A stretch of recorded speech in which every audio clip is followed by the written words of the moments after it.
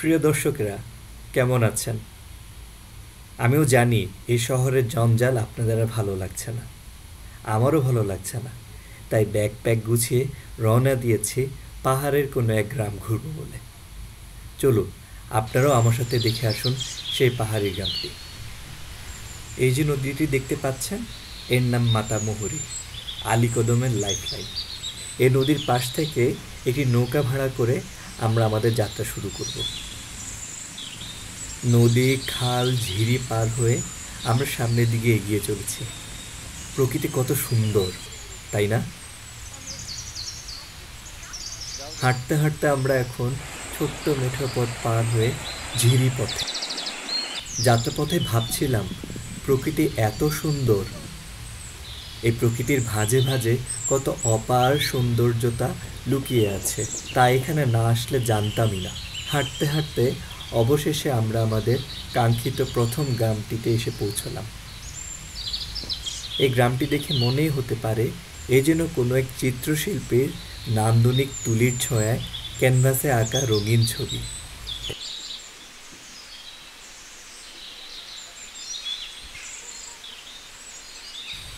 এটি একটি মুরুং পল্লী। এখানে যত দূর চোখ যায় শুধু পাহাড় আর পাহাড় এবং ঘন জঙ্গল বিস্তৃত বন। মুরুংদের ঘরগুলো স্বভাবত ভূমি থেকে একটু উপর করে করা হয়।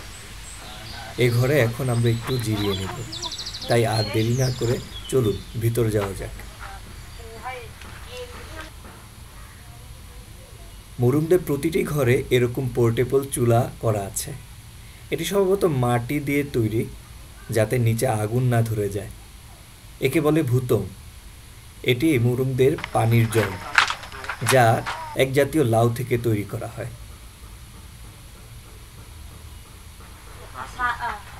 খাবার রেডি। আমরা এখন খাবার খেয়ে একটু জিরিয়ে নেব।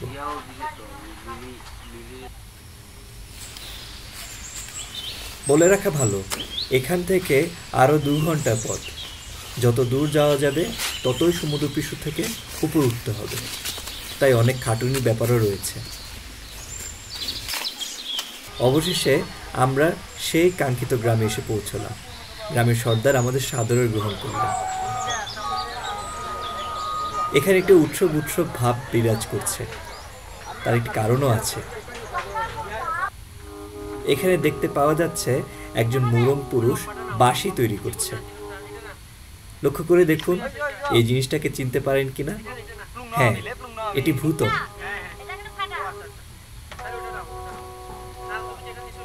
এখানে আমরা দেখতে পাচ্ছি বাঁশেই কিছু ফুল আঁকা রয়েছে এবং তা দিয়ে একটি বেড়া তৈরি করা হয়েছে, যা আদতে একটি খাঁচা। গ্রামের বয়োজ্যেষ্ঠরা শেষ সময়ের প্রস্তুতি সেরে নিচ্ছে, কারণ সন্ধ্যার পরে শুরু হবে আসল উৎসব।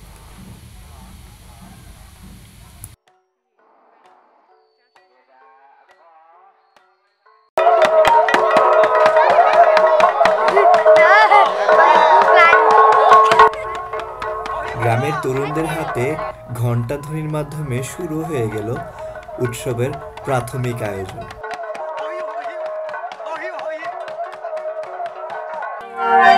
আজ তারা মনের আনন্দে সুরের তালে তালে সারা রাত কাটাবে, আর চরকি কাটবে এই খাতাটিকে কেন্দ্র করে। আগামীকাল ভোরের আলো ফোটার সাথে সাথে শুরু হবে উৎসবের মূল আয়োজন।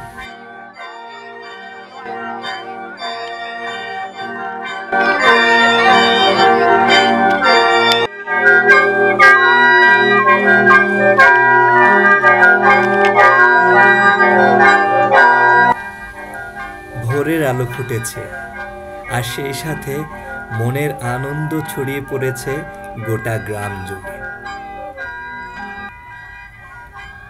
দলে দলে পাশের গ্রাম থেকে বিভিন্ন তরুণ তরুণীরা সাজ সাজ রব নিয়ে ছুটে আসছে এই উৎসবে।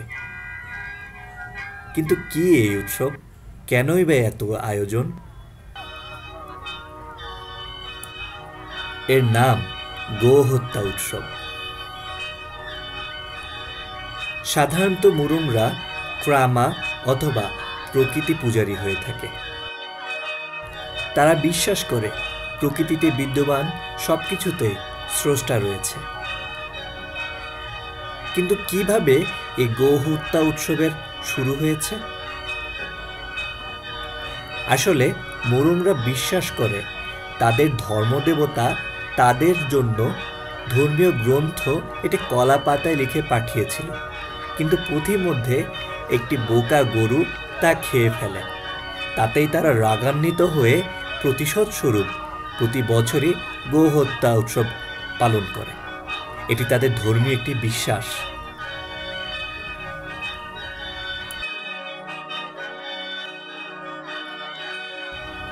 গোহত্যা উৎসবের নির্দিষ্ট কোনো দিনক্ষণ ঠিক করা নেই।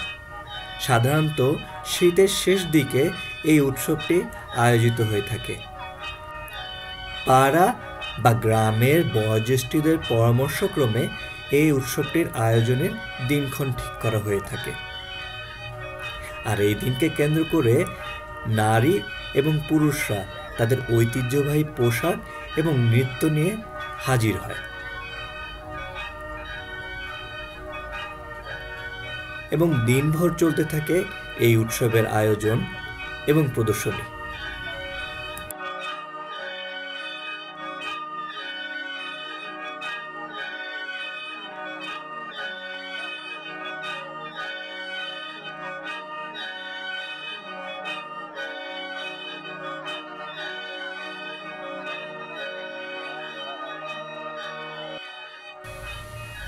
এটি পাহাড়ি এক জাতীয় পানীয়।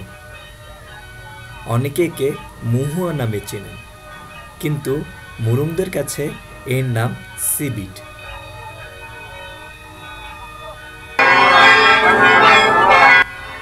এই দলটিকে অন্য যে কোনো দলের চাইতে সবচেয়ে জাঁকজমক এবং রঙিন মনে হচ্ছে। এদের খোপায় ওই অলংকারগুলো দেখুন, সম্পূর্ণ নিখাদ রূপোর তৈরি। শুনলে অবাক হবেন, এক একটি অলংকারের মূল্য 25,000 টাকা।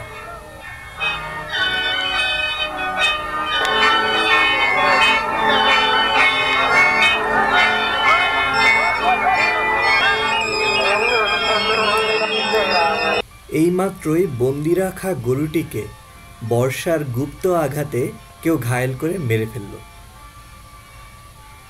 আর এর মাধ্যমে শেষ হলো গোহত্যা উৎসব।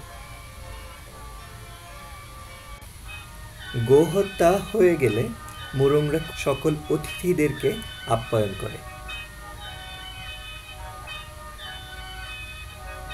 আমরা যখন খাবার গ্রহণ করছিলাম তখনও পেছনে সেই সুরটি বেজেই চলেছিল।